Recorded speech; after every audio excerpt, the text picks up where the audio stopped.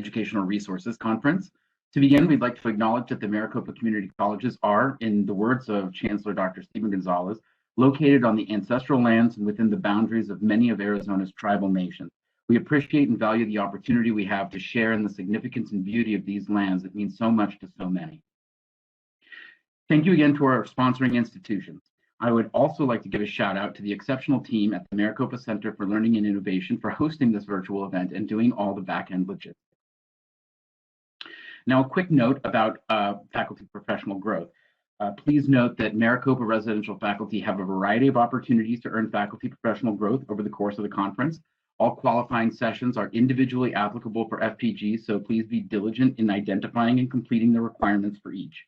There are two distinct programs, one that continues a professional growth opportunity previously offered, and another that is specific to this conference's keynotes and keynote follow-up workshops. More information about this is on the conference website and will be provided at qualifying sessions. Finally, it is my pleasure to introduce Sean Sutton, Dean of University Libraries at the University of Arizona. Thank you, and good morning. It's my pleasure to introduce today's keynote speakers and also offer a few introductory remarks. Our keynote speakers will discuss the evolution of teaching quarantine, an open educational resource for educators throughout the US and potentially across the world to share ways in which teachers can incorporate discussions about the COVID-19 pandemic in their classrooms. This resource emerged from the larger Living in Quarantine initiative that explored ways in which the COVID-19 pandemic might provide avenues for community building, leadership, global competency, and the cultivation of empathy. And I have to say, this topic really resonates with me in terms of a larger question that I've been thinking about over the past year, which is, can the global COVID-19 experience inspire significant accelerations in the utilization of open access writ large, including open educational resources? If we take a step back and think about where we were about a year ago, and I mean all of us, there was a collective scramble for COVID-19 information by the entire world. That really highlighted barriers to information access that are primarily economic in nature. Given the extreme circumstances, commercial publishers did generally make COVID-19 articles open access, but I still think it's fair to ask a couple of related questions. To what degree was COVID-19 prevention and treatment hindered by the pre-existing lack of open access to relevant research? And if open access optimizes the chances of success in addressing COVID-19, why does society not insist on open access to research finding on other diseases and conditions? And you can easily extend this thought process to other fields and formats, including textbooks. And this brings to mind an experience I had in 2019 in Mexico City at an open access conference hosted at UNAM. This was a 3-day conference on open access, presenters from all over the Western Hemisphere and around the globe, which focused mostly on scholarly communication, research findings, journals. But there was an OER session in which I was a panelist, and that was on day 2. But on day 1, open access advocate, firebrand, provocateur John Walensky of Stanford, who some of my colleagues from Stanford probably know and our audience may be familiar with as well, John gave a talk on day 1. And that talk was more of a sermon than an academic presentation. And I'm paraphrasing, but his central theme was universal open access should be something that society demands of itself on a global scale. And I was really impressed both with the scale and the audaciousness of John's assertions on open access. And of course, one of the advantages at a conference and going later in the program is you can be inspired and maybe borrow a little bit from people who speak before you. And so I borrowed a little bit of John's thought for my own presentation on open educational resources. And that talk focused mostly on what we were doing at the University of Arizona through UA Libraries, highlighting a lot of the work done by Cheryl Coulier, our OER librarian, who many of you in Arizona know and work with. But I also tried to enhance my talk by referencing John Walensky's sermon the previous day. And what I tried to communicate to the audience was, if we take John's command, his urging about basically defaulting to open access for the good of society and its citizens, textbooks and course materials need to be front and center in that conversation. And we can't just focus on scholarship and research that's happening in scholarly journals and research data. All that's very critically important. But from a societal standpoint, the importance of information resources that are part of the learning process of our citizens has to be front and center in that deliberation. And with that in mind, my hope is that the collective pandemic experience can really serve as a catalyst for some serious societal self-reflection on the status quo that will inspire a massive expansion of open access and OER. Acknowledging, of course, it's up to all of us to make that happen. And I urge us to see the opportunities presented by the COVID-19 crisis to shift the default to open. Which brings us to today's keynote speakers. First, Nelson Schumacher Ndebo is a fourth-year PhD candidate in the Department of Comparative Literature at Stanford. For the most part, his academic work deals with the literary history of technology and natural philosophy in the 16th and 17th century Iberia and its colonies, especially Mexico and Brazil. Nelson is also very much engaged in the uses of technology in and out of academic settings.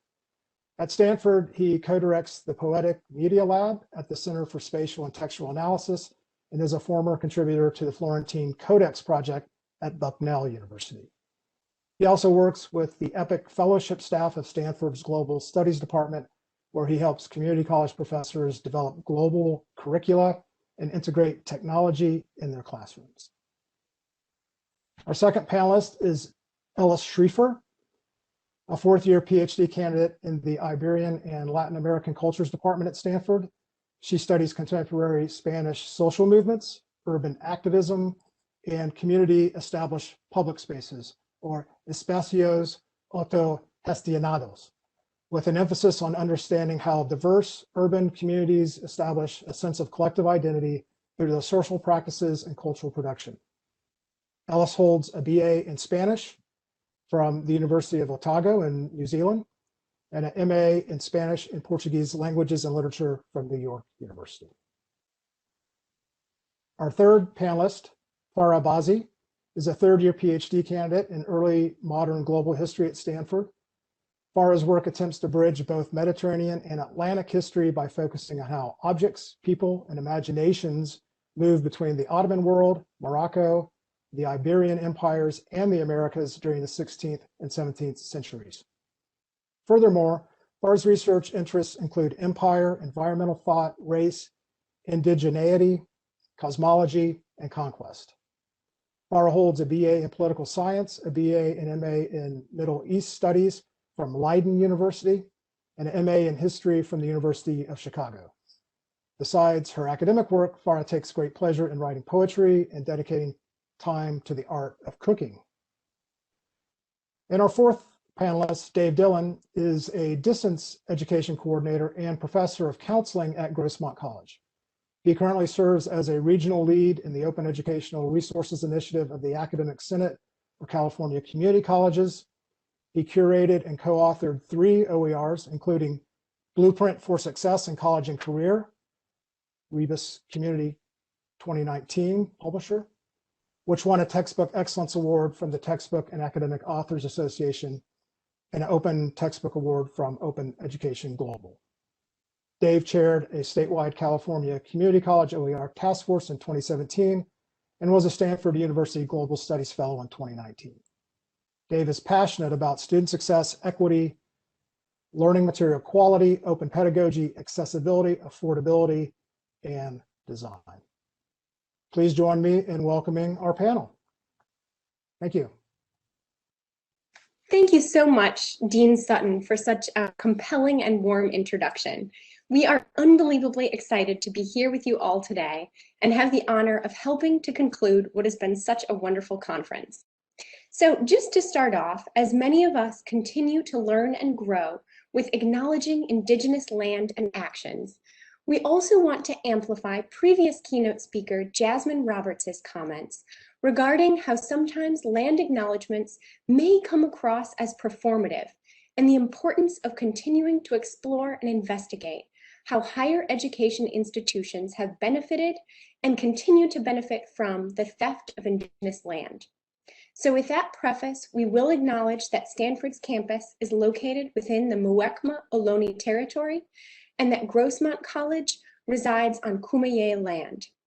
These land acknowledgements are just the beginning of work that needs to be done, and we honor and respect Indigenous peoples and their connections to the land, and we favor depicting a more inclusive and accurate history.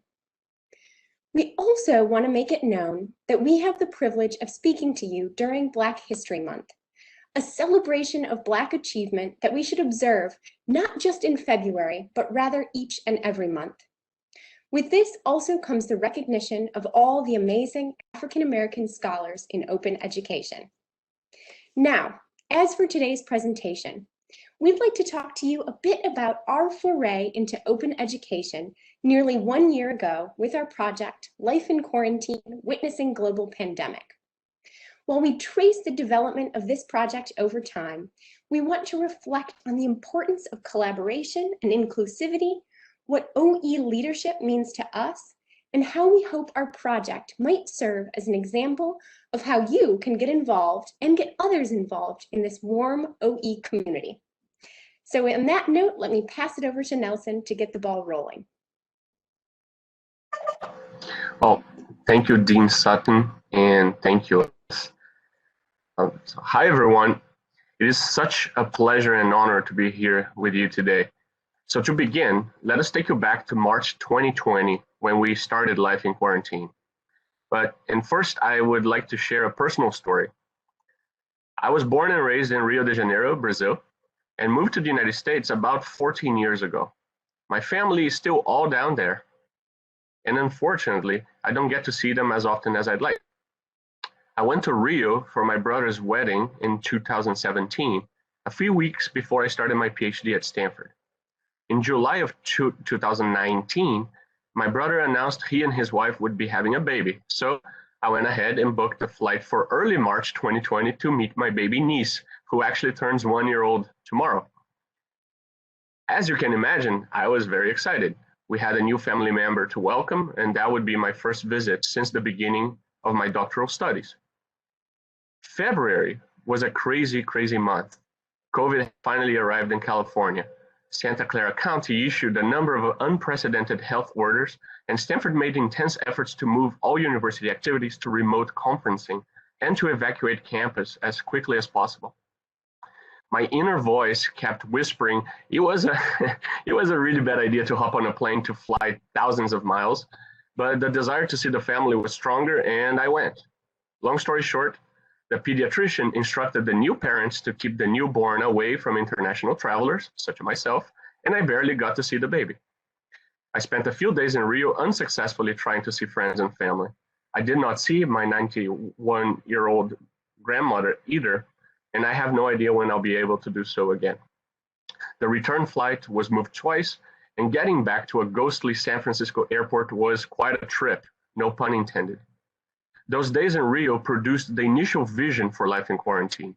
It was clear that history was happening, but who would get to tell it? So I wondered, how are other people living in this pandemic? What if there was a way to create a real-time historical archive for other people to share what they were going through? At that moment, nothing seemed more important. And so I got my friends and colleagues Alice and Farah on board.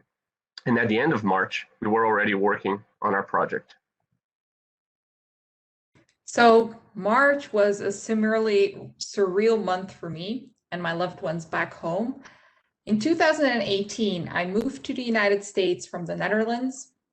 to pursue a PhD in history. And I had to say goodbye to family and friends and had closed a chapter of my life and embarked on a new journey.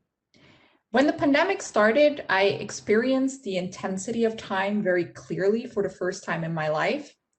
On the one hand, I really wanted to stay in the United States to preserve a feeling of normalcy, but this proved to be extremely difficult, and the more it became so towards the end of March.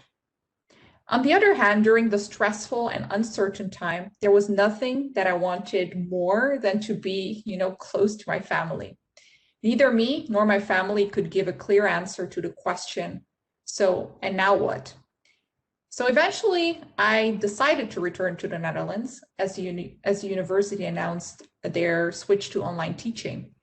I was able to get on one of the last direct flights to Amsterdam from SFO. Currently, I'm still in the Netherlands and have no idea when I will be able to return back to the US. The pandemic has deprived me and all of us of any certainty that would enable us to think or plan for the future. While we used to think months, years, decades ahead, now it has become clear that things might abruptly change without our control. As a historian, I often think about the way in which people will remember this historical moment in the future. Therefore, in order not to lose the various and often contrasting experiences of people, it is crucial to encourage people to reflect back and write down their thoughts on how this pandemic has changed their lives. But the archive is not solely important for the future, given that we can share these stories from across the world on our archive and our website. People can also engage with them in the present moment, and that is truly what makes this archive so special. Greetings. Thank you again, Dean Sutton, for your warm welcome and important words. March is a year now in the rear view, but feels often like a decade ago. My March was filled with incessant checks to see if plane tickets for my family of 4, booked more than 6 months prior to Tokyo for spring break in early April, would be refunded.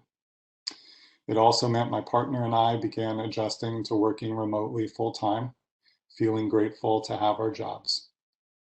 We nervously washed our hands every 20 minutes and tried not to touch our faces. My daughters began learning remotely, found other things to do when their activities were canceled, and I worried about my aging father in an assisted living facility. We quickly found it was physically impossible to be in Zoom meetings all day, get our work done, parent responsibly, and provide tech support, emotional support, tutoring support, and pandemic support to our daughters and to each other. The most challenging of all juggling acts began, and we found solutions, fell on our faces, incurred fits of frustration, and tried again. We managed as best we could with the health crisis, budget crisis, and further recognition of inequities. We were reminded to take time to breathe and to check in with ourselves, our families, friends, and colleagues. In many ways, it seems March was last month, and the month before that, and the month before that. We grieved for the loss of life, for familiarity, for comfort, for reliability, and at the same time, we also found inspiration, innovation, solutions, and hope.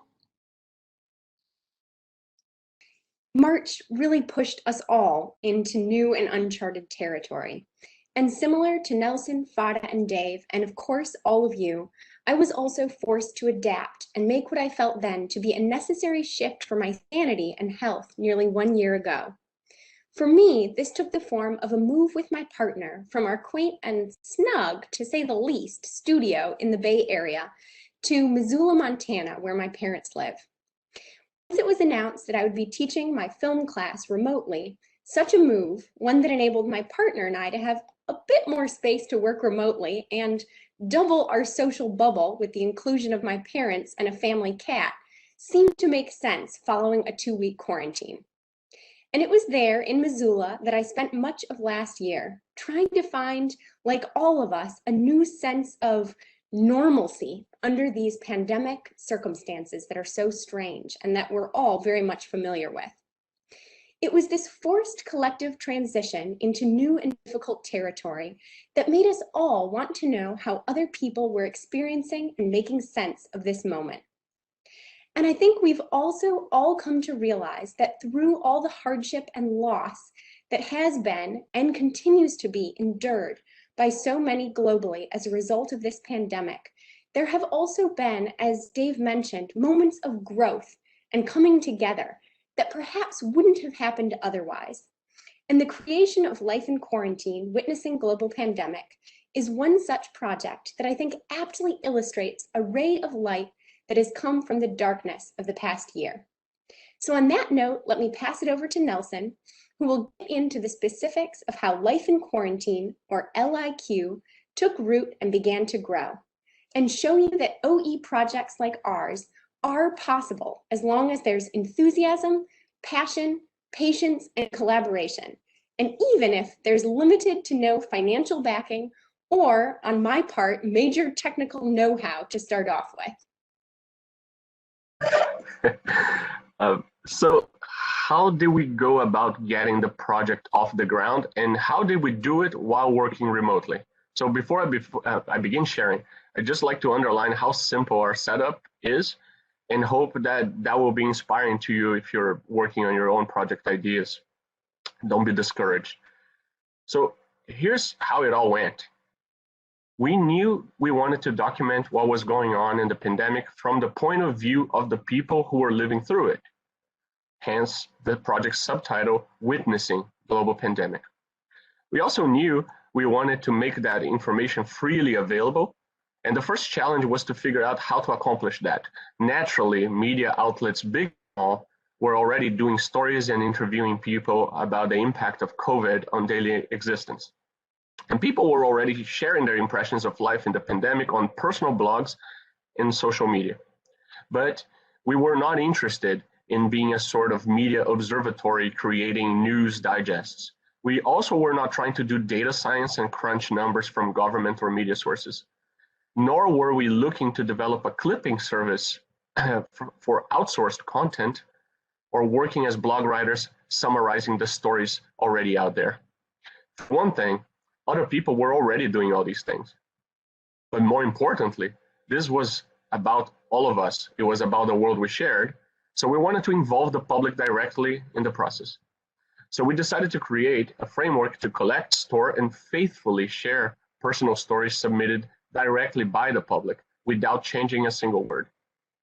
Something created in collaboration with the public and something that we could offer back to the public as a community resource. However, to create such a site required getting over some technical hurdles, as none of us had, as Alice just mentioned, any background in computer science or website development.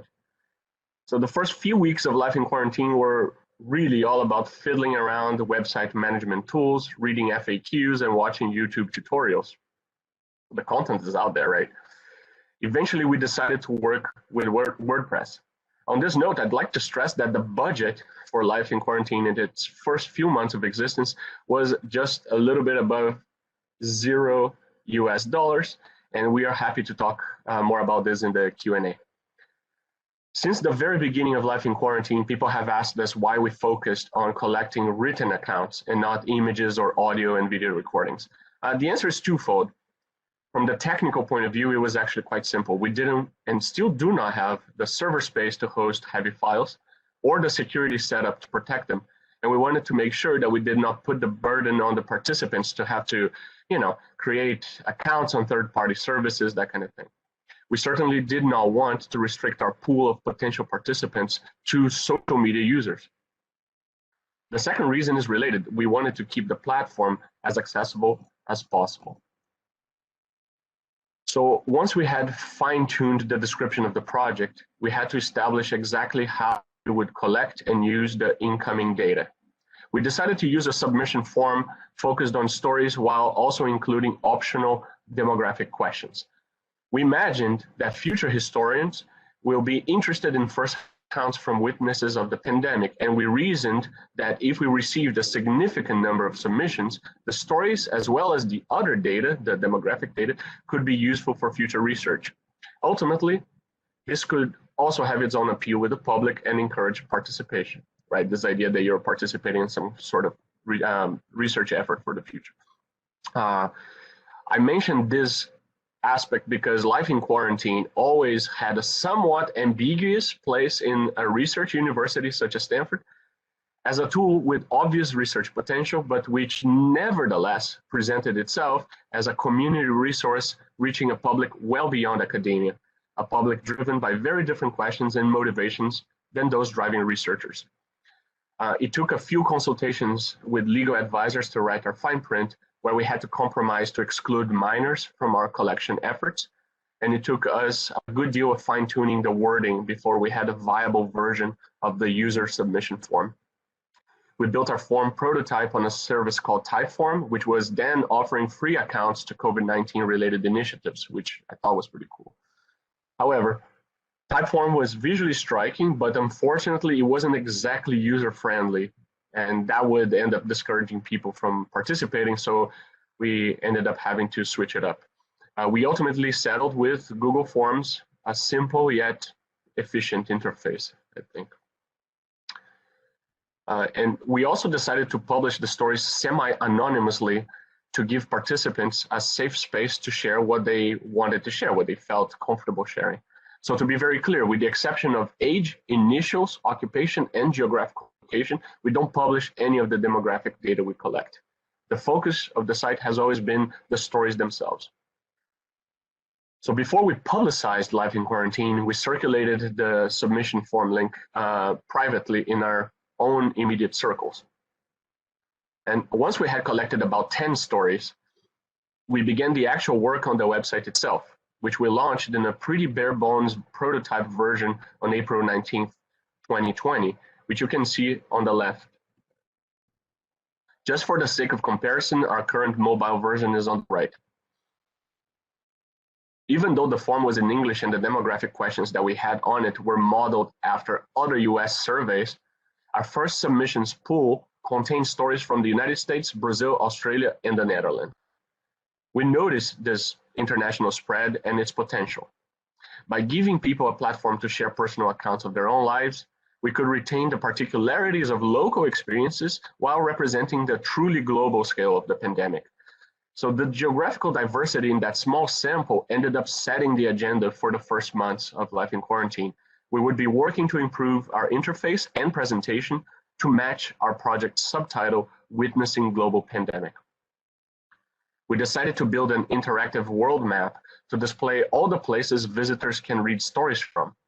Simultaneously, that map was also showing the spread of our participant user base, which allowed us insights to improve our communication with the public domestically and abroad. On the slides, you can see what it looked like back in early May 2020. Again, following our initial budget of $0, we built the map with a simple and costless WordPress widget called Novo Map. All it requires is a Google API key, which anyone can obtain for free. From a technical perspective, the part of our site that we call the Life in Quarantine archive is a WordPress blog with Google Maps integration, which allows us to index each post on Novo Map. It's that simple. And I'll now pass the mic to Farah, who will reflect on how we work to both reach and serve a global audience and how the map fits into that objective. So as Nelson mentioned, there are various factors that have had to take place for us to be able to reach international contributors and present global experiences on our website. These include our map, our outreach efforts, and making the submission form for stories accessible through the use of different languages. So let me start with the map. It is one of the most important features of our website as it gives a visual representation of where our stories come from. The map demonstrates the sheer geographic scope of the pandemic, which speaks to our global objective in our subtitle, Witnessing Global Pandemic. So how can you use it? Well, when you look at the map on the main page of our website, you'll see two differently colored pins, an orange and a green one. The green pin represents a cluster of stories with a number telling how many of them are eventually included. When you click it, the map zooms in and reveals each story as an individual pin. Meanwhile, the orange pin shows you a single story. Our aim is to eventually crowd this map with a lot of green pins. And as you can see on the screen, we are heading in the right direction. But if you know anyone in Antarctica, encourage them to submit a story because it's the only continent we're currently missing. So how do the pins end up on our map? To make this happen, people have to know about our project. And this aspect connects us to outreach. From the get-go, all three of us were aware that although most people might support our effort to create an archive in theory, getting them to actually sit down and write a story to share on our site, which is a whole different thing. Even when it came to asking our close family and friends, and understandably so, because since what we're asking from them is quite substantial, it's to reflect on a present moment, which might invoke a whole range of emotions. And the process of writing might also feel overwhelming to people. Where should they start? What should they exactly reflect on? Should they talk about their personal lives, the situation in their town, province, state, or country? Should they talk about the current state of the world? The pandemic has affected all facets of our lives, and choosing what to focus on might be a very difficult task. To recognize this, we provide open-ended guiding questions that can assist those needing additional help in finding a direction to write in. And ultimately, the important part for us is that we provide a space where people feel comfortable sharing what feels right. This could be anything from the high moments to the low, anything from someone sharing their glee at more Netflix time at home to someone unable to attend a funeral abroad. In other words, asking people to contribute was not an easy task. It became clear to us that we would have to spend a considerable amount of time and energy to get contributions. And outreach is one of the main components of LIQ. And I'm happy that Alice will talk a bit more about this when she talks about our team and their responsibilities. Now I wanted to briefly mention why we felt it was important to translate our submission form in as many languages as we could.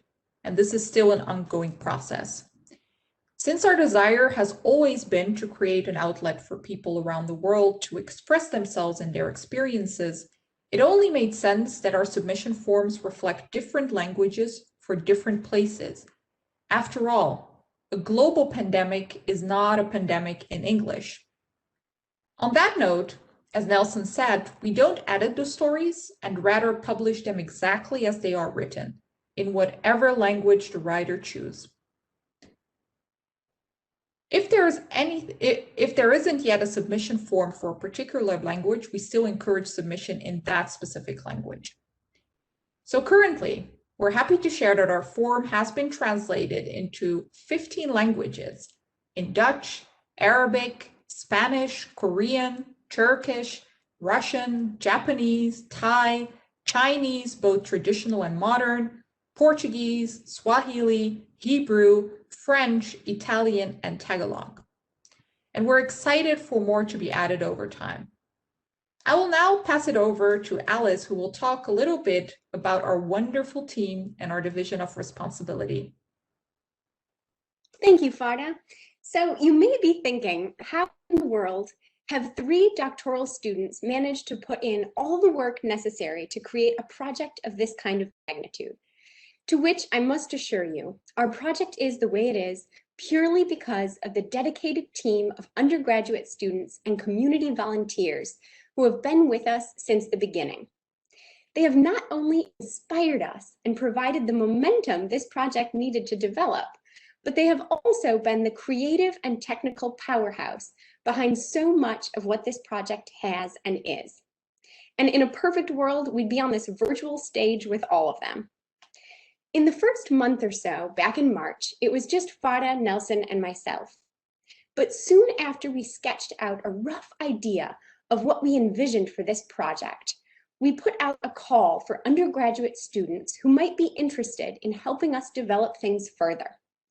And before we knew it, we had assembled an enthusiastic and engaged group of students. And I think we were surprised at how willing students were to take a risk on a project that was at such an early stage in its development. And based on diverse kinds of student support and help we ended up getting on our site, we don't think that it's just a Stanford thing. Community college students and even high school students like Rupert Chen, one of our collaborating site COVID-19, who's in high school, showed interest and joined us to help establish a more concrete vision and take steps towards making it all happen.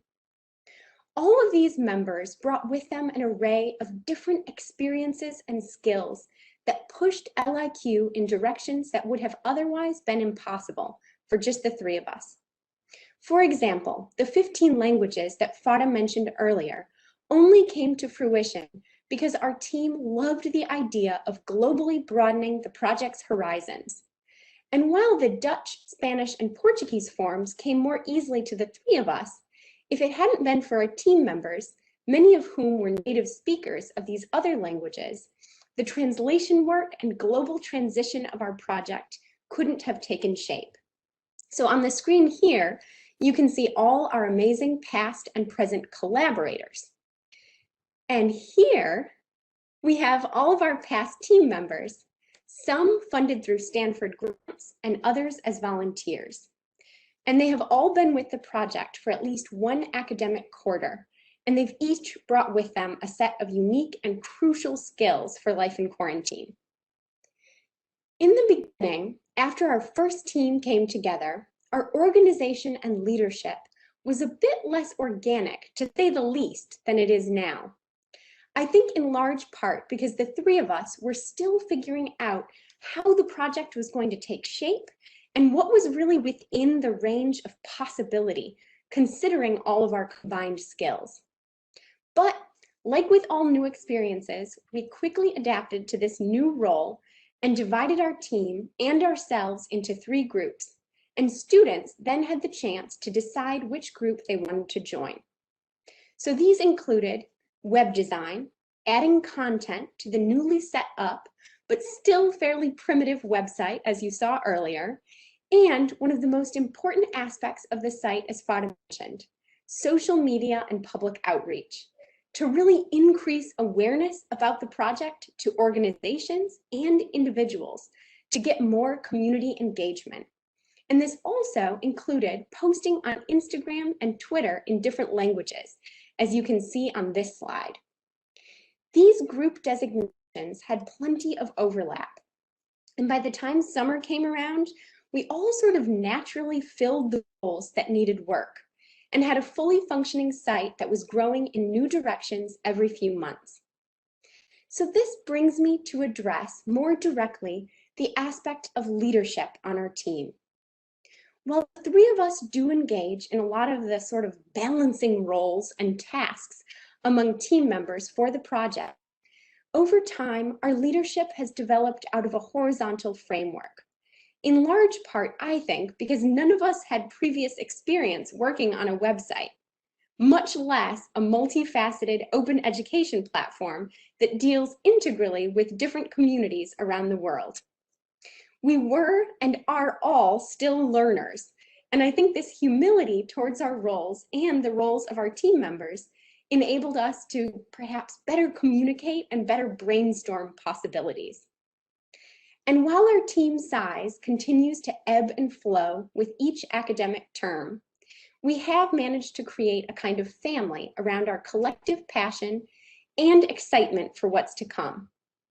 So currently, our team consists of Alana and Hannah, who have both been with us since the beginning of the project, along with Ariana, who joined us last summer, Nicole, who only just became a volunteer for us. they've really each found sort of niches within the project to call their own and to manage, while simultaneously weighing in on brainstorming sessions and collectively solving all of the hiccups that inevitably arise. So for Alana, it's blog writing and outreach and interviewing for our newest Teaching Quarantine initiative, along with doing all of our graphic design and creating LIQ's visual identity, similar to what you see in this presentation today. For Hannah, it's site upkeep, general outreach, and the Art in Quarantine initiative that we're so proud of. And for Ariana, it's managing our Writing in Quarantine initiative, as well as social media. And for Nicole, it's creating innovative new ways to up involvement and participation via Instagram. Certainly no easy feat. So in summer, we were also approached by a high school student from San Jose, Rupert Chen, who had been working on his own similar but much smaller initiative called COVID-19, where he collects stories from high school students around the world. So we began a partnership with him and his project that has really allowed us to reproduce the stories from COVID-19 while simultaneously giving Rupert's project active support and visibility on our social media channels, thus resulting in more stories for his site.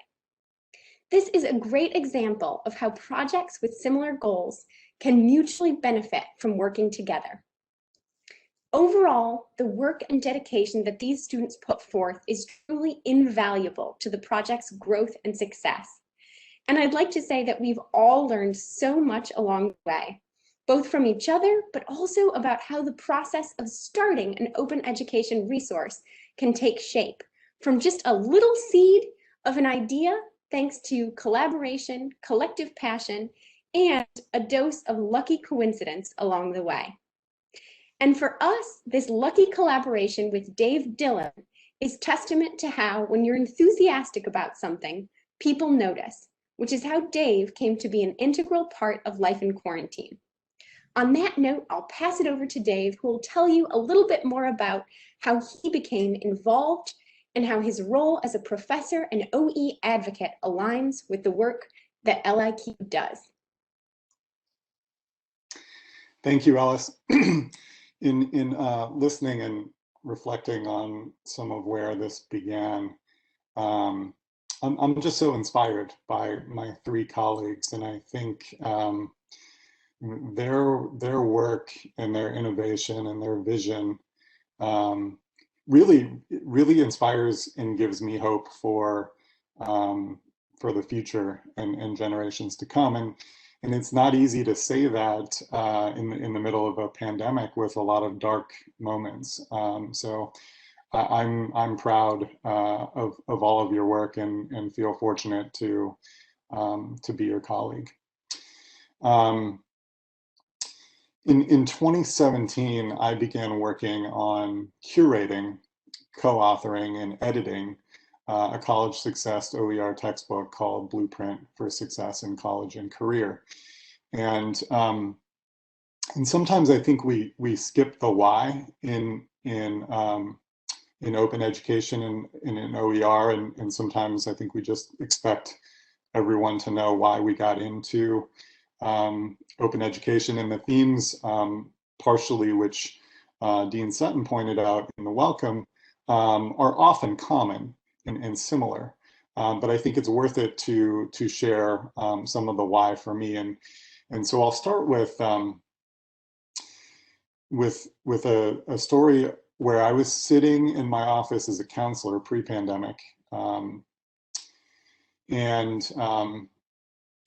and by this time in my career, I had probably seen over 10,000 student transcripts. And so there was very little that I would see that was not something I had seen before. I was rarely surprised. And a student came in, and I was looking at his transcript, and then there was something on there that I'd never seen before. This particular student had registered for 5 full-length semester classes, only to drop 3 of them, but re-register in technically the same semester for late start sections of the same 3 courses. And so I might see that once every couple of years. I had never seen it 3 times in the same semester. And so I respectfully and thoughtfully tried to ask the student some follow-up questions because I was genuinely curious, and I, was starting with maybe a false assumption or premise, which was, what would make a student think that they could be successful in a short-term class if they probably weren't going to be successful in a full-length class? And so, honestly, I think I got lucky because the student felt comfortable enough to share the truth. And the truth was that he said, I want to go to college and I couldn't afford my textbooks. And I thought I could skate by and maybe pass without them. And in these 2 classes, I could, but in these 3 classes, I really couldn't. So I had to drop them.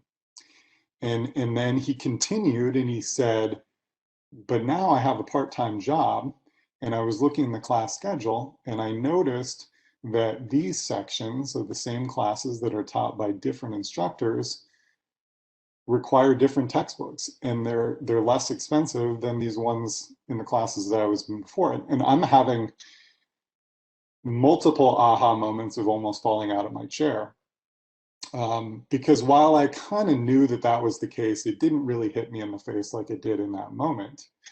So the student finished sharing that, and I thanked him, and I let the student know I wanted to support him, and I hoped that we would have more discussions about how to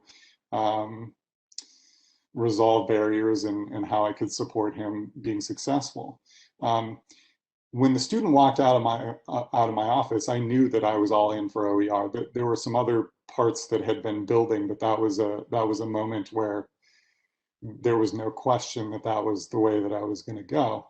About 3 months later, I found out that that particular student, who did not share this with me at the time, was homeless and was living in a tent in a park with his father and his brother.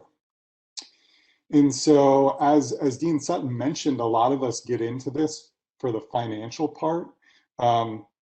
There's also the open pedagogy part, and so much more to OER and open education in general. But I wanted to share the why with you because I think it's important to share. So with that, the Blueprint text is a remix. And if you're somewhere around my generation, you may appreciate that when I hear the word remix, I think of a cassette tape that might be called a mixtape that was shared with friends and family. This is a legal remix with Creative Commons licensing. So it's a remix which includes Creative Commons by attribution works from Open Oregon, from Lumen Learning, from the State University of New York, and some of my original content. It was published in 2018 by the Rebus community, and it includes TED Talks, personal essays, and culturally relevant examples that have really resonated with students and with faculty. With intentional design aimed at reading more like a casual conversation rather than a textbook talking at students, I began to hear other colleges and universities were adopting the OER text. That was a surprise to me because I really did not envision much outside of usage within my own classroom, and was kind of nervous to think, what is the criticism going to be of someone else, let alone reading this, but also potentially using it and adopting it in their own classes. I humbly share that the Blueprint OER text won a Textbook Excellence Award from the Textbook and Academic Author Association and an Open Textbook Award from Open Ed Global in 2019. One of the most valuable and gratifying results of using the Blueprint OER text has been seeing significant increases in student success and retention data. And honestly, in using OER, I've come to expect higher success and retention rates because all of a sudden everyone has access to the learning material. And if everyone has access to the learning material and didn't previously, wouldn't we all expect students to do better? In 2018, I had the wonderful privilege and opportunity to participate in a Stanford University Global Studies EPIC Fellowship for community college faculty. EPIC is an acronym for Educational Partnership for Internationalizing Curriculum. And my project required for the fellowship was to create a cultural competency chapter to be added to the blueprint text. I believe students benefit from having a cultural competency and global awareness background. The fellowship culminated with a presentation at an annual symposium. When I was invited back to attend last year's symposium, which went virtual, Nelson was involved in supporting the fellowship, and I learned about the Life in Quarantine project. Both because I was genuinely fascinated as a human being with the Life in Quarantine project, and also as an educator with potential vision for partnership, and following a few exploratory conversations, a partnership began, and Life in Quarantine was soon integrated into the blueprint text. Collaborating with Ellis, Farah, and Nelson has been a joy, and I want to take a moment to again recognize that my three co-presenters are students. I'm inspired by their work and their desire to use open licensing. I'm reminded of the OER book titled Open Pedagogy Approaches, edited by Alexis Clifton and Kimberly Davies Hoffman. I found Robin DeRosa's foreword and also the unit on open pedagogy as open student projects. Those both share common themes with the Life in Quarantine project. Ellis, Farah, and Nelson are unique, however, in that instead of being students in a class where an instructor facilitated open collaboration, they took their own initiative to create an open resource on their own. And now their work is being shared with instructors to implement in their courses. I'm fortunate to be an early adopter of that implementation and thought that integrating it into the blueprint text would enhance global awareness of students. And at a time when our country continues to fight to retain democracy, I am teaching about the value of cultural competency in global citizenship. I also teach about the negative consequences of being ethnocentric. I believe these competencies and knowledge creates more global awareness, fosters increased empathy in others, and gives students a better foundation to see the pandemic from a global perspective. The Life in Quarantine essays have been integrated in the blueprint text with a link in the chapter on cultural competency. This presents an opportunity for students to read and learn about people in different places, from different cultures, with different circumstances, yet all with the pandemic in common. Students reading these essays have been able to see the world from a broader perspective and appreciate the value in cultural competency in global citizenship. With submissions from 6 continents represented, and I'll give another shout out to see if anyone knows someone in Antarctica, worldwide representation is evident. As I strive to also teach principles of anti-racism, Life in Quarantine essays provide a nice foundation to do so. Students are learning about diversity, demonstrating empathy, and are showing an increase in participation of discussions involving these essays. As the pandemic continues to affect every single person worldwide, the Life in Quarantine essays offer a relevant teaching resource for students to learn more about the world and deepens our understanding of global issues and of each other. With more faculty beginning to use Life in Quarantine as a resource, it will be valuable for instructors to share their ideas and lesson plans in an open change of ideas in line with open pedagogy and communities of practice. Of all the work in my career, I am proudest of my contributions in open. The Blueprint text has experienced unexpected popularity and has now been adopted in over 30 colleges and universities. It now reaches over 10,000 students each term, saving students over $2 million each year.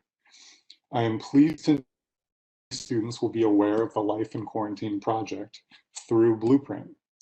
The Blueprint text was recently integrated into the Maricopa Open Digital Press catalog, and as one of my students said, this is a positive example of community spread. And with greater influence, I recognize there is greater responsibility. As we continue to think about leadership in open education, I would like to share a few thoughts with the social justice intersection. First, I want to put a spotlight on a quote that Jasmine Roberts shared in her keynote a few weeks ago. Cisgender white men from Western countries make up about 20% of the global population, and yet they are writing 80% about the world. As a straight, able-bodied white male, I am aware of my privilege in our society. As an OER curator, it was important to me from the beginning to seek out diverse authors in the remix. I would say that I have been successful in that Blueprint has content from original authors who are women faculty and who are faculty of color. I continue to have a responsibility to include and amplify voices of more female authors, more authors of color, more LGBTQ authors, and more authors of differing abilities. This is where I would like to see a focus of leadership in open education on the importance of inclusion and diversity. I think it is important that white males are not the only predominant authors and voices in open education, and there is complexity in carrying that out. Sometimes this involves compensation for open authorship and contributions. I think the open community needs to identify and support compensation for women faculty and faculty of color to contribute to open education. Additionally, I am interested in seeing open education leadership promoting anti-racism, diversity, equity, and inclusion. And I'm going to share 3 examples with you. First, here are 2 sentences from an OpenStax sociology text. Quote, institutional discrimination can also include the promotion of a group status, such as in the case of white privilege, which is the benefits people receive simply by being part of the dominant group. While most white people are willing to admit that non-white people live with a set of disadvantages due to the color of their skin, very few are willing to acknowledge the benefits they receive, unquote. These sentences reflect progression and positive change in comparison to the sociology textbooks I read as an undergraduate 25 years ago. Second, until a few years ago, all the major anatomy and physiology textbooks only depicted white males in their representation of the muscular system. There may be many reasons for this, one of which is that males on average have more defined muscles than females, and thus were perceived to be easier to see for beginning students. But what impact does it have? And what message does it send to female students and students of color not to be depicted in textbooks teaching about human bodies? After someone asked A&P textbook authors why only white male illustrations were shown, one of the texts changed and included images depicting muscles in an adult Black female. When students see examples of themselves in textbooks, they can better engage in learning and have greater opportunities for success. Third, an engineering student at Boston University was taking an Introduction to Logic Design course in 2020. One of the main principles of the course centered around a topic called master and slave circuit. And the textbook used this terminology.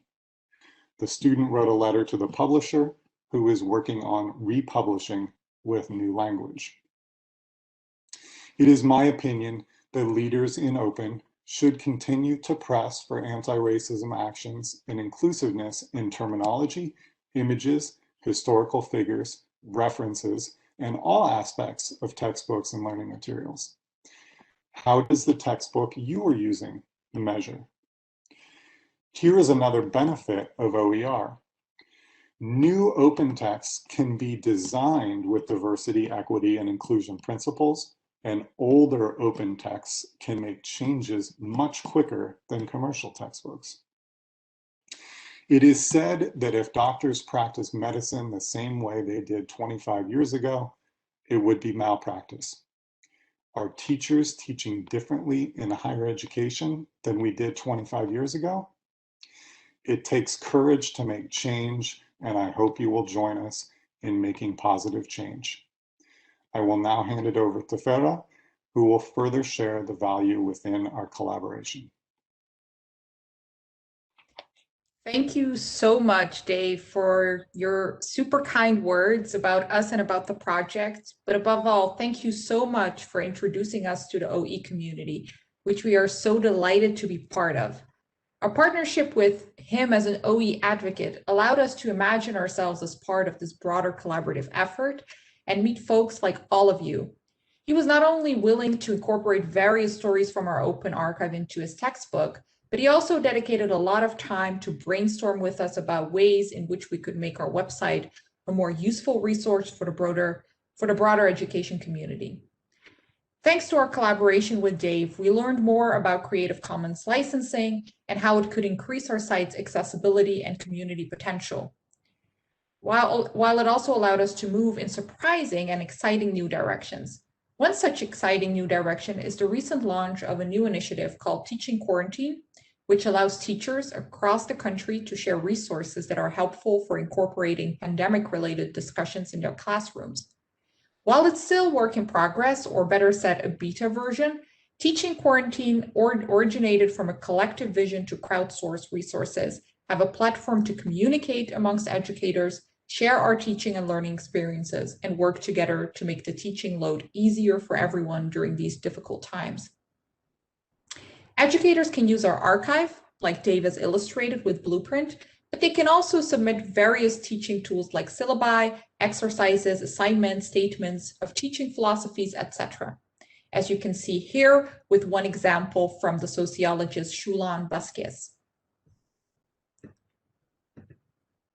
Of course, we encourage educators to incorporate LIQ into their teaching, but our ultimate goal is to help teachers find productive ways to incorporate the pandemic into their classrooms and make the result of our collaboration available as a resource for others.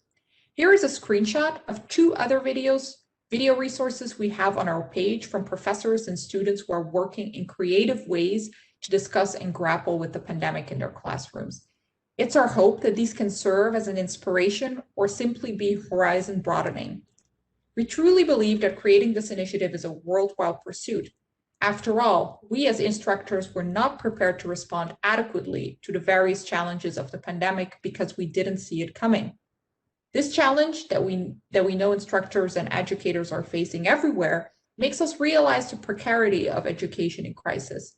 Therefore, we find it crucial at this point to focus on building a network within the education community to create accessible resources together so that we can be better prepared for any future. We coined the term crisis pedagogy to describe our new initiative and future initiatives that allow teachers to address dramatic ruptures and changes in society in their classrooms. We believe that OE provides an excellent framework to develop such pedagogical tools for broader communities. We want to keep learning about and from each other's experiences. After all, through collaboration and the understanding that we're ultimately in this together, we can approach crises as productive moments that allow us to imagine better possibilities for more effective and resilient pedagogy during uncertain times. As you can see with our fruitful and unbelievably enjoyable collaboration with Dave and our recent transition towards building a resource for teaching, our site evolves in accordance to our interests and the interests of those who work with us. This is not only true for how we came into the world of Creative Commons through Dave and the creation of Teaching Quarantine, as Fada mentioned, but also how other life in quarantine initiatives have come about and have taken shape over time.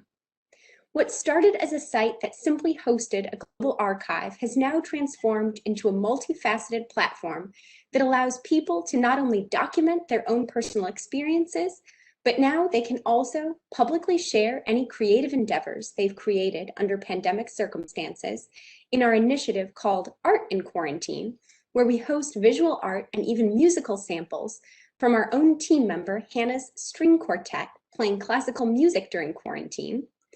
They can also submit longer stories or multi-part pieces about how the pandemic is shaping the lives and outlooks of those around the globe through blogs in quarantine, just like the journalist Iona Mendoza in the Philippines, who wrote a short series on people there and their experiences with dealing with COVID.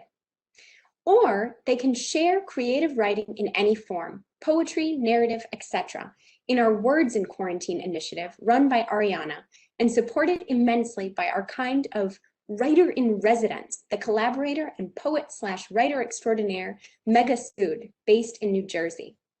So as you can see, our site is constantly evolving with the new members we're bound to have in the future. And we know that it's going to continue to grow and adapt to the needs and desires of our audience and team. So let me pass it over to Nelson, who will close off our presentation, or begin to close it off. I know we're a little short on time. So what are main takeaways from the first year of life in quarantine? Well, one thing we've learned for sure is that managing a project is much more than executing an idea or making sure that the sum of the parts lead to specific results, as though all we had to do is follow through a series of instructions that fulfill a certain definition of success. When we started, we had a vision. As soon as we began to implement it, some doors closed on us that we expected to stay open. We had to compromise and adapt every step of the way. At the same time, many other opportunities appeared that we had never even considered. For instance, working with Dave, which has been an honor and a delight, or speaking to an audience as inspiring as you. Most of life in quarantine's trajectory happened outside of the imaginary blueprint we had set before us at the beginning. In hindsight, so much of it had to do with how we welcomed and accommodated our collaborators, people from all groups and affiliations. In particular, as so many of you already know, students are incredibly resourceful and can help us rethink pedagogy in ways that can be most effective in the ever-changing landscape of the classroom. Involving them in hands-on projects can be a great way to help them develop skills and learn while accomplishing tasks they have actual input in designing. At the end of the day, they are the future. So why not encourage frameworks that allow them to participate as co-creators? Now, perhaps our presentation has given you the impression that life in quarantine has been our main occupation in the last 12 months. In truth, all the work we and our team have put into it has happened around incredibly busy schedules while respecting stay-at-home orders and dealing with the pandemic any way we could. Quarter in, quarter out, Farah, Ellis, and myself were teaching our own classes, working on other initiatives, conducting research, studying for exams, mentoring other students. We had to be kind to ourselves and learn to be realistic about not biting more than we could chew. Also, working through significant time zone differences demanded a high level of communication, understanding, and compromise, that is to say, trust in each other. Additionally, Zoom fatigue has been an undeniable reality, but over the months, we learned how to make our meetings effective. Since life in quarantine cannot be squarely defined as a research project, the departmental support we've encountered has been truly minimal. In fact, the only visible support we've received only happened after the project had already made most of its accomplishments. However, we trusted what we were doing, and it was our community, largely outside of Stanford, who kept us focused on our work. This in turn has given us tremendous confidence in what we can achieve together, and we are incredibly proud of it. Now I'll pass it over to Fada to say our final few words. It has been such a pleasure and honor for us to speak to you all today.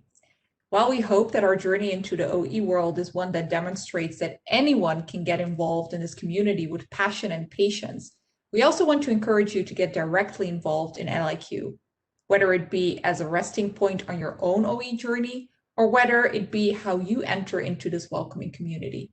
We would love to archive your stories and share your creative endeavors on our website. So please spread the word. This invitation is especially fitting, seeing as how OE Week is right around the corner starting on March 1st, and we know many of you will want to get involved. Furthermore, this afternoon, we are giving a workshop in which we will elaborate more on direct ways to collaborate with us and to get your community involved in what you're doing. The title of our workshop is Crisis Pedagogy, How to Teach Life in Quarantine, and we hope to see many of you then. If you cannot make it, please check out our website, www.liqproject.org, and we are always seeking feedback from people as the project is meant to serve the global community. Our hope is that we can continue to improve and grow in exciting new directions. So on behalf of the whole team, thank you all very much for having us today. Thank you.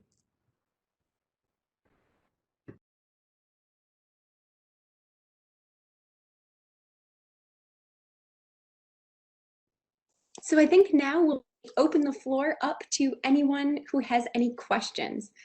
We have a few minutes to take those questions, but if we don't have time to answer your burning question right now, feel free to email us or reach out to us. We'd be happy to answer questions another time too.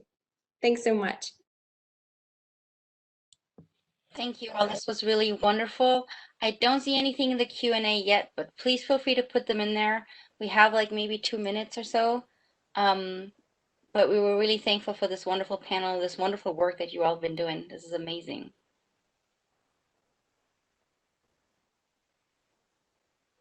So I do have a question in the chat that asks, how long do you anticipate this to go on? Yeah, I can take that question. Thank you so much. I hope I'm pronouncing your name right. Is it Andrea? I think right now we're just sort of taking each day at a time. I think we are all hoping and are equally hopeful that this will sort of be, this moment will be behind us in some way or another soon, certainly with the vaccine rollout and things like that. But I think also there have been some changes that are lasting. And so I think having this archive and having these different resources available in the future, even if we aren't getting contributions, say 6 months from now, which I mean, in a perfect world, we wouldn't be, right? We'd all be, you know, healthy and sort of coming on the other, out the other side. But right now we really are just sort of taking it one day at a time and hoping that this teaching initiative in particular is one that can carry on for other situations, unexpected situations or crises that may arise.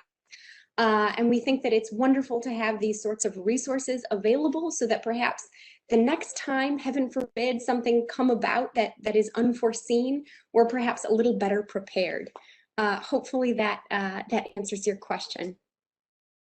And just to add, sorry, just to add like one line to this, Andrea, we would be very interested in working with other educators to actually develop the next phase of the project when it comes to that. So we would love input and collaboration in that regard as well. I think in terms of your last question, we are planning to keep the archive open as long as we're still getting stories. So for the foreseeable future, yes. You can definitely do this on a smaller level in your own classroom. We would absolutely love for you to encourage your students to check it out and, you know, create something like this on a classroom level or within their communities. And we'd be more than happy to work with you if we can be of any help. So thank you so much. I need to jump in here and wrap this up. A huge thank you to our keynote speakers. We appreciate that you have joined us for the Arizona Regional OER Conference this year. Please give them another round of applause by placing your comments in the chat directed to all panelists. And if you would like to continue the conversation with them, they will be returning after the break today at 12 p.m. for the keynote workshop, Crisis Pedagogy, How to Teach Life in Quarantine. We will be posting the slides from today's keynote on the MCLI website. And finally, just a few items before our break and transition to the breakout sessions. All sessions can be accessed through the conference website, and we have multiple ways for you to socialize and interact with other registered participants throughout the conference, through our showcase page as well as the Connect page. And finally, I'm moving very quickly here through the slides. A registered participant who submitted a showcase, we are no longer accepting applications or showcase videos, but please do check out the videos that are there. The schedule for breakout sessions is going to be listed on the screen very shortly. There we go. Please join us after the break for the keynote workshop, as well as the UN SDG Open Pedagogy Faculty Fellowship Student Showcase, and this afternoon for the keynote workshop with Alan Levine, Cooking and Spicing Up OERs with H5P, and the OER OER conference events include 2 programs which have been pre-approved for FPG for Maricopa faculty. The first program is the Exploring the World of Open Education, and the second program is the 2021 Arizona Regional OER Conference Keynotes and Keynote Workshops, which have been approved for up to 13 hours of faculty professional growth. Faculty applying for FPG for a session will need to complete the specific FPG requirements provided in each session. Please do complete the evaluation and assessment posted on the conference website. And thank you all very much for joining us, and please do come back for the workshop at noon if you have questions that you were not able to get answered. Thank you again, and have a great day.